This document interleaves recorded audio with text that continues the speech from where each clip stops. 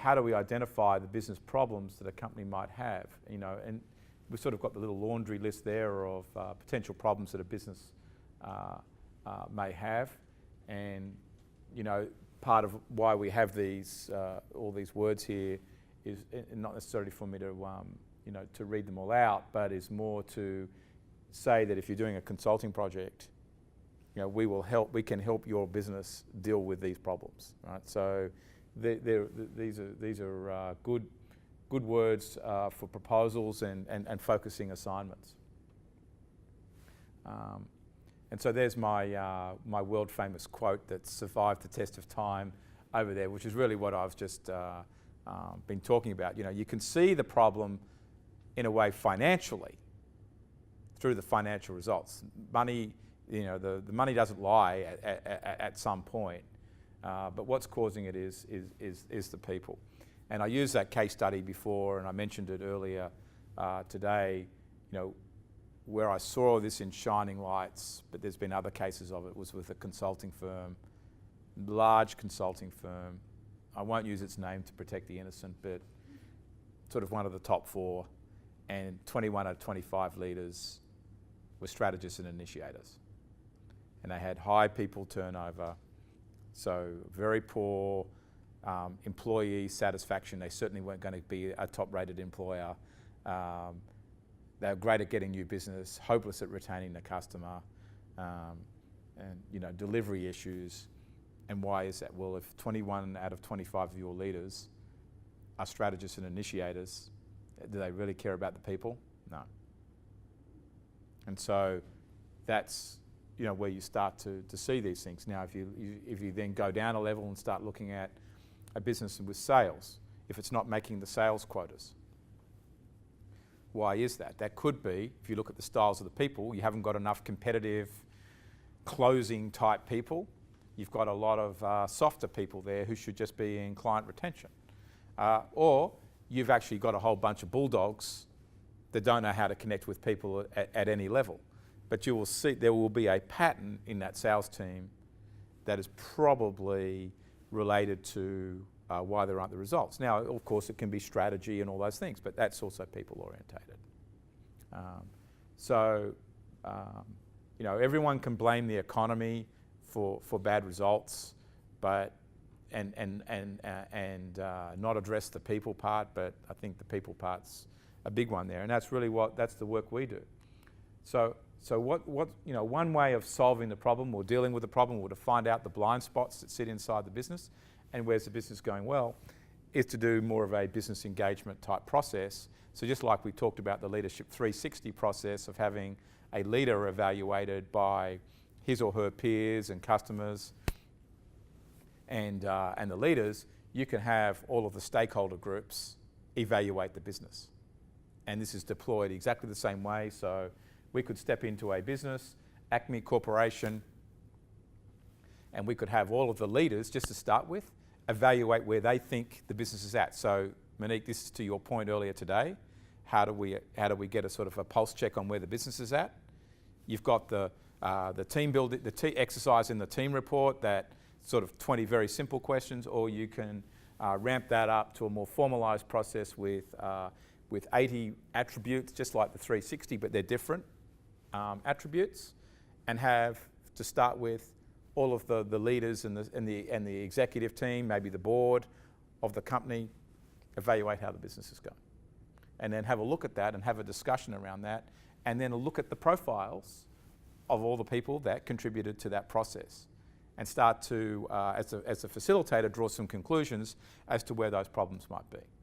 So that's where this tool here can be deployed to do that. And if you want to take it further, you could go and get some lines of employees to complete it, and you could get customers and suppliers. Anyone who's got a relationship with the company. And so then what are we evaluating the business on? Of course, we are evaluating the business on its leadership. So what kind of leadership is being demonstrated inside the company? How is the business communicating internally and externally? Its ability to get results, engaging with the customers, the leadership in the business community, supplier engagement and business values, and then the operations, which gets to technology. So all those areas get looked at. And then the report's just like this, and you've sort of seen the style of the report with the 360. So again, it's all very analytical, in highlighting, where do the executives or employees see the business versus where does everybody else see it, and you'll pick out some blind spots, and they might become the conversation points. One of the things that the phrases in here, what we've found is most of them work pretty well for most businesses, but there would be some customizations that could be done for different types of businesses. We haven't quite got there yet, and we're looking at how do we enable those customizations to happen. But generally speaking, it works pretty well across the board. And so then, the other aspect of what we do and what we've done with various companies is, the organisational talent review. And so, you've got to start with the company business plan, look at the organisational chart. This is a big one, I believe, that always needs to be done, is what's the future organisational chart of the company? So we've even done it in our own business. As we grow and business expands, what are the people needs going to be? So that's something that's important. What are the talents you're going to require for each of those roles? Doing performance reviews of the current team members, look at who might be moved or put into a more productive type place or let go. Doing performance reviews. Okay, well that's actually that we've repeated ourselves there. And then doing benchmarks. But that's the way you do an organisational talent review. I think you've got to be a little bit careful of just throwing the profile out there cold and trying to get everybody just to complete the profile, and then you're going to assimilate the results. It's got to be done with a purpose, and in a sort of fair and equitable way. It's not being done to set people up to be hired and fired. This is about building a better people culture in the longer term, having people feel like they're engaged with. So, again, in getting these types of exercises done, it's about, how do you lay the bedside manner out there or present the bedside manner to get this done.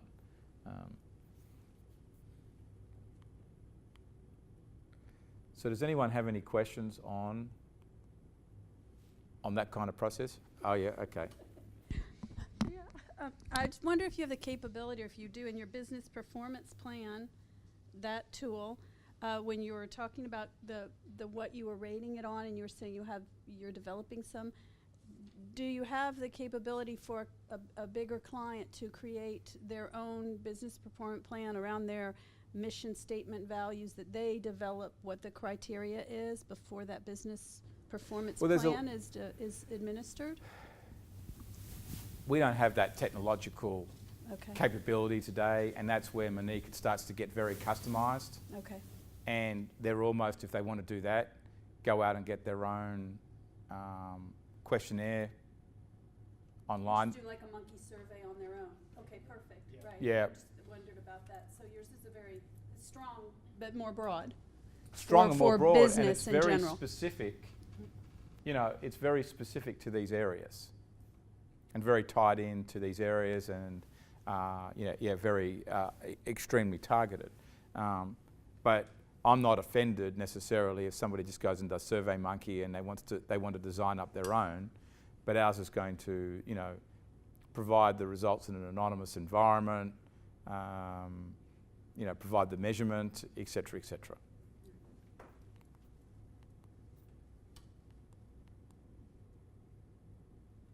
And again, I think the big point is that you can get that report and you can see where the blind spots are, and therefore, if it's in the client service area, well then let's dive into the team report in the client service area and start to see where the blockages are. And that's really all I'm encouraging you to do. But I think even if this is just done at a very high level in the business, just to see what the different leaders think, I think you're going to get some interesting results. and there could be some very interesting, blind spots. So if you were to sell your program and someone would say, oh, well, I'll do Survey Monkey or Monkey Survey, whatever it is, your point would be, well, you're not getting that human behavior piece within your organization from that. Your tool is allowing you to really extract all this human behavior elements we're making it easier to draw the human behavioural connections.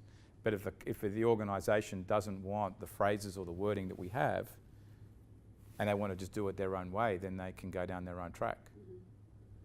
But then they've got to spend the time and the resources to do it.